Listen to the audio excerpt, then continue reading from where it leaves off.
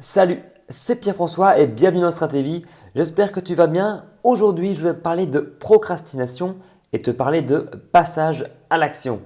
Si ça t'intéresse, n'hésite pas à rester jusqu'au bout. L'astuce que je vais te donner dans cette vidéo fait partie de l'e-book que je t'offre gratuitement ici en description.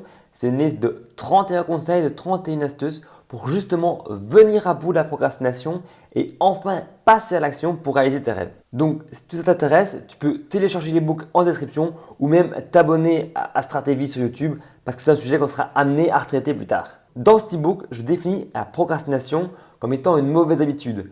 L'habitude de choisir toujours la facilité par rapport à l'option justement de la tâche que tu dois réaliser. Et une habitude, c'est composé de trois choses. Il y a un signal déclencheur, l'habitude, la routine et la récompense, ce qu'on veut satisfaire. Par exemple, si tu as faim, tu vas prendre l'habitude à midi de manger et la récompense ce sera que ce sentiment de faim aura disparu. Parfois, on a une bonne habitude comme ça de manger, mais parfois, c'est totalement une mauvaise habitude, comme par exemple associer un café et la cigarette ou les personnes qui systématiquement, après un repas, vont sortir dehors, prendre une pause pour fumer. Du coup, je me suis dit que s'il y a moyen pour les mauvaises habitudes, qu'à partir d'un signal, il y ait une récompense et qu'on ait quand même cette habitude, il y aurait moyen pour justement de l'optique de vaincre la procrastination, d'avoir un signal qui nous permette de passer à l'action pour avoir comme récompense le côté j'ai bien travaillé aujourd'hui, je suis satisfait de mon travail. Et c'est le conseil justement de cette vidéo, c'est t'aider à trouver ce déclencheur, ce signal qui va te permettre de mettre en place cette routine qui sera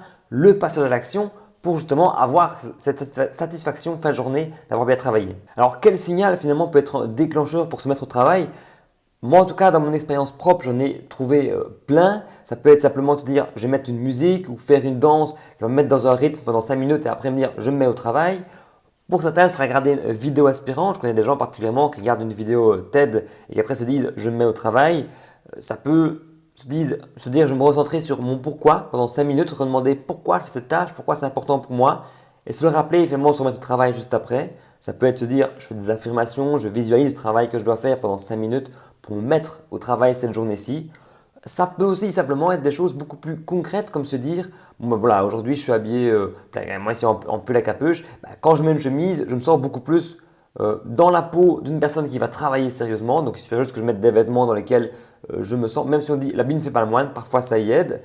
Ou ça peut simplement être de se dire, je mets à tel endroit pour me connecter au travail et c'est l'endroit où je travaille. Justement, ce dernier avec l'endroit pour se connecter au travail, c'est l'expérience que moi j'ai fait personnellement vu que j'étais en côte avec des colocs et travailler dans le salon, ce n'était pas possible. Donc je travaillais souvent de mon lit et dans mon lit pour mon cerveau, c'est l'endroit où tu travailles, c'est l'endroit où tu dors. C'est pas forcément le meilleur endroit pour se connecter directement au travail.